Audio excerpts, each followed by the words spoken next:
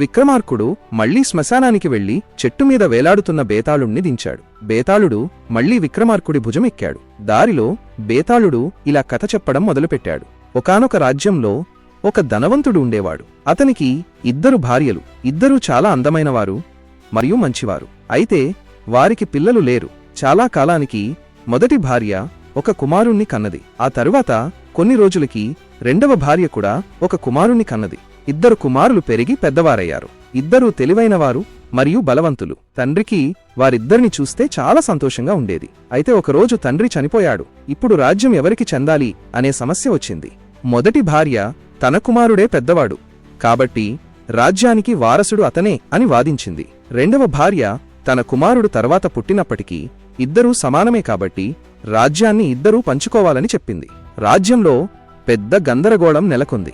ఎవరికీ సరైన పరిష్కారం దొరకలేదు. అప్పుడు ప్రజలు ఒక నిర్ణయానికి వచ్చి ఒక తెలివైన వ్యక్తిని ఆశ్రయించారు. ఆ వ్యక్తి 2 రాకుమారులను పిలిచి ఒక పరీక్ష పెట్టాడు. ఆ వ్యక్తి ఒక గదిలో 2 సింహాసనాలను వేశాడు. తరువాత 2 రాకుమారులను పిలిచి ఇలా అన్నాడు, మీరిద్దరూ ఈ గదిలోకి వెళ్లి ఒక్కొక్క సింహాసనం మీద కూర్చోండి. ఎవరు ముందుగా లేచి బయటకు వస్తారో వారు పిరికివాళ్లు అవుతారు. ఎవరు ఎక్కువసేపు కూర్చుంటారో వారు ధైర్యవంతులవుతారు. ధైర్యవంతుడికే రాజ్యం చెందుతుంది. 2 రాకుమారులు గదిలోకి వెళ్లి సింహాసనాల మీద కూర్చున్నారు. చాలాసేపు గడిచినా ఎవరూ లేవలేదు. బయట ప్రజలు ఆతృతగా ఎదురుచూస్తున్నారు. ఇంతలో మొదటి రాకుమారుడు లేచి బయటకు వచ్చాడు. బేతాళుడు విక్రమార్కుడిని అడిగాడు, రాజా, చెప్పు, మొదటి రాకుమారుడు ఎందుకు లేచి బయటకు వచ్చాడు? అతడు పిరికివాడా లేక అతని చర్యకు ఏదైనా కారణముందా?